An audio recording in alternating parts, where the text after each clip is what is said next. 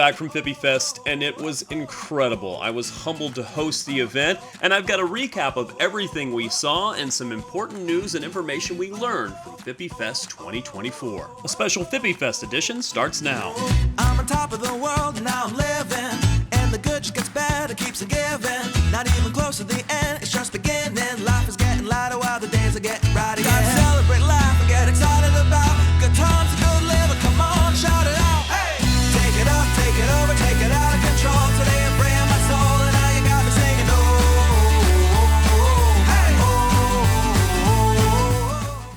Fippy Fest 2024 was held at the San Diego Comic-Con Museum on June 14th and 15th of 2024. Now, this was not meant to be a fan convention like fanfares and SOE Lives of the past.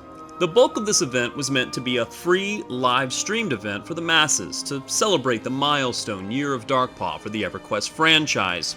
However, some in-person tickets were sold at a higher price point to both limit in-person attendance and to make for a more intimate feel, as well as offer a very special ultimate fan experience. Compared to fanfares, Fippy Fest was extremely scaled down, but it was very much upscale.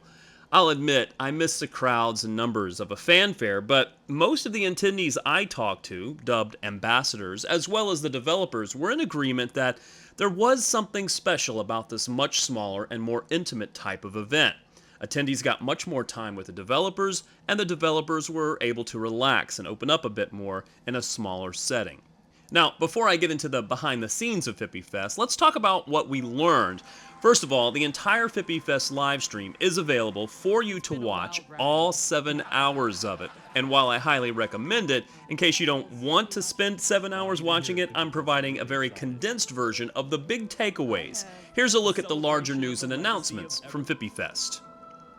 For the EverQuest II fans in the group, and there were some pretty jazzed EQ2 fans in attendance, the Origins server, called Anashti, the live date was announced, and the server is up as of this video release. The other interesting thing we learned about the Origins beta was that for our Origins beta, it was actually the highest population server, period. Wow. Over live. We also received expansion announcements during Jen Chan's opening remarks. Our 31st expansion is named The Outer Brood.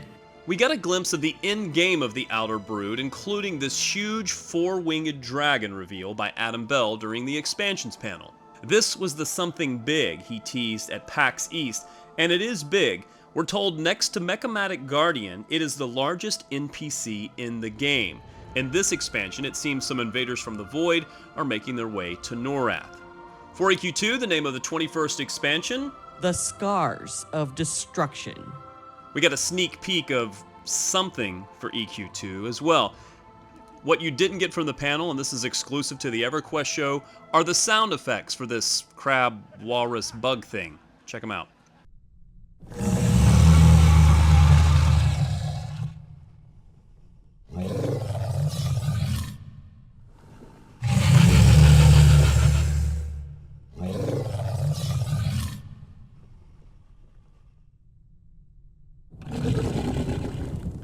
The art panel also gave us some sneak peeks at some concept art of the past, but also for the upcoming expansions, whether or not we were supposed to see them. I've provided a link to those full-screen images on EverQuestShow.com. During the welcome presentation, Jen Chan became a magician and conjured the newest addition to the swag store, cloth maps.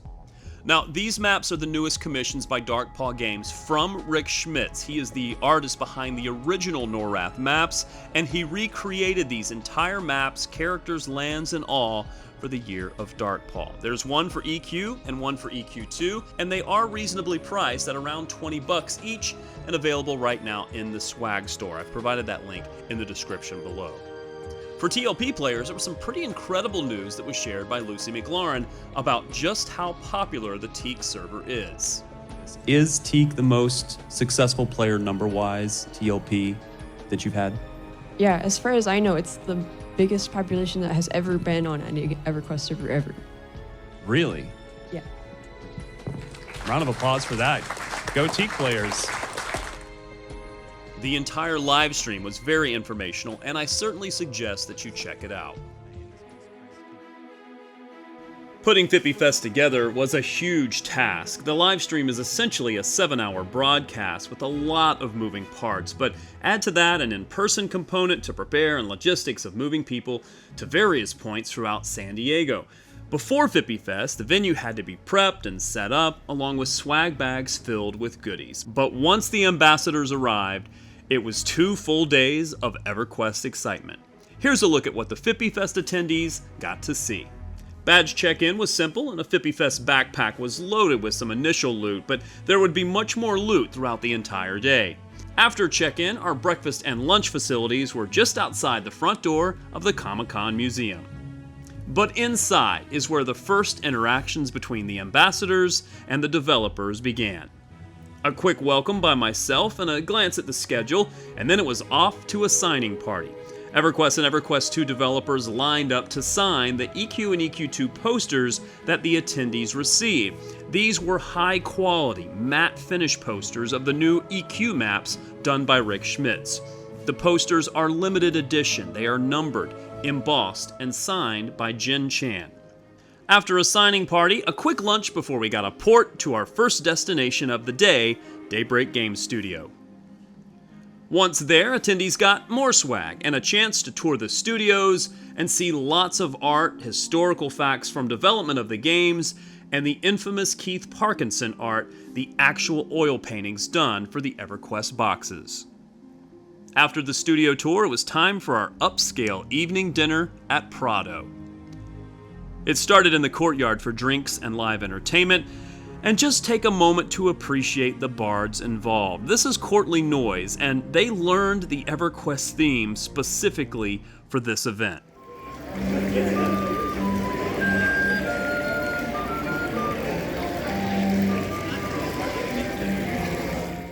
Then it was time for dinner, and we poured into the EverQuest-adorned banquet hall for our Fippy Feast. It truly was a special way to end day 1 of Fippy Fest. Day 2 was really the main event, with the live broadcast lasting 7 hours. It was a lot of great information with a welcome keynote, just like the fanfares of the past, and the panels that we all loved from the previous conventions. Midday, while the attendees grabbed some lunch, the in-game hide-and-seek contest was held for EverQuest and EverQuest II, and then it was on to the Q&A panels for both games. By the end of Day 2, the finale of Fippy Fest was a trip to Battle Mage Brewing Company for the private event. This was the first tasting of the Corpse Run IPA, which was created with the help of Darkpaw Games. Their own specially designed cans, and each Fippy Fest attendee got their own. Fippy Fest was truly a special event, and there are a lot more pictures of the event and swag on EverQuestShow.com, so make sure you check that out. I was truly honored to be asked to host the event, and despite what some people still seem to believe, I do not work for Daybreak, but I was humbled and honored to be a part of this Fippy Fest family we became. I'll leave you with the incredibly beautiful Day 1 recap video that was created by the event planning company, Loadout Entertainment.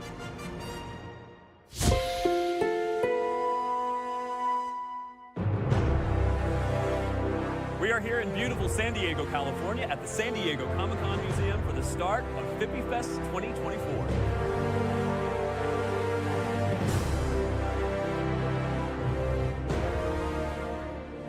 All right, it is the start of Day 1. We are here for breakfast, and then in just a moment, all the attendees, the developers, the players, the fans, they're all going to go inside for a little welcome reception to start our big journey throughout San Diego for Fippy Fest.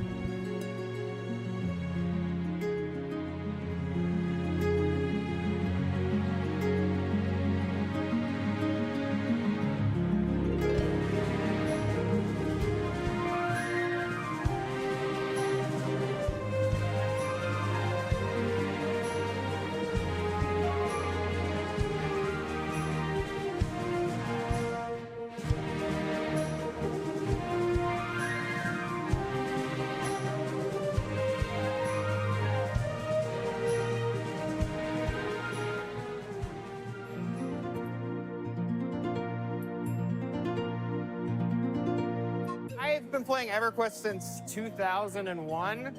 My mom bought it for me as a Christmas present back in the day, and probably the best thing she ever did, because she probably saved a lot of money. I didn't have to go out and do anything. So just kind of seeing an in-person event for the first time. I think the thing I was most excited about was meeting the devs. Just thanking them for the time that they put into the game and all the care that they take with it and all the things that they've done to kind of keep it going over the years. I think 25 years for EQ1 is a lot of time and a lot of effort that's been put into that. So just meeting them and thanking them is worth it enough for me. We spend all year making stuff and trying to be creative, but we don't get to see the faces of our customers when they experience that content. So seeing them in person, seeing them at something like this, it means a lot to us. It recharges us. It gives us energy to hit that next thing we're doing.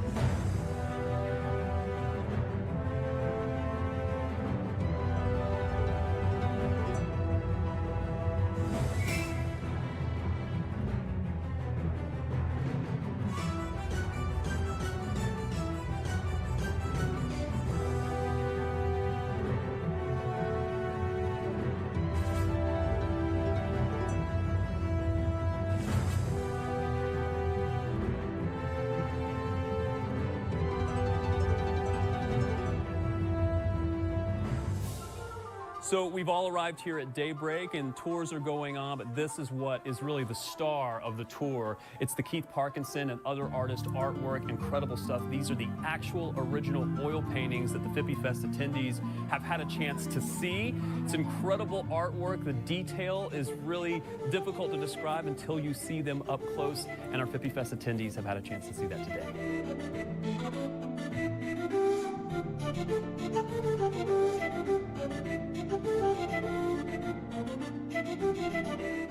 They have an idea of what Daybreak Game is.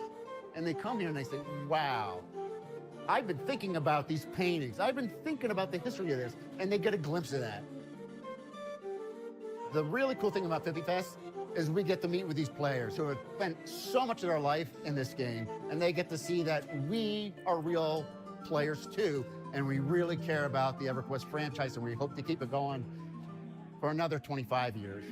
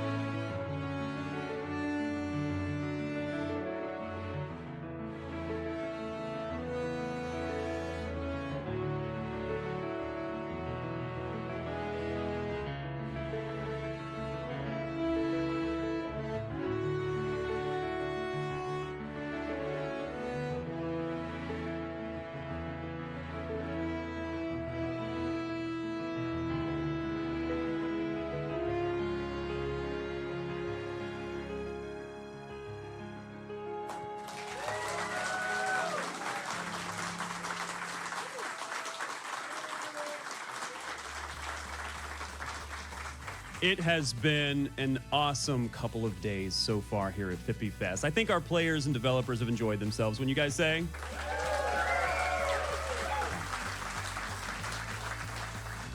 We hope you enjoyed your adventure, and one last huzzah! We gotta be the best we can be. And though sometimes we don't wanna, still we gotta chase our dreams. Reach up and reach high, because we're gonna pull through and give it all we got, even though it can seem hard to catch and make it happen. But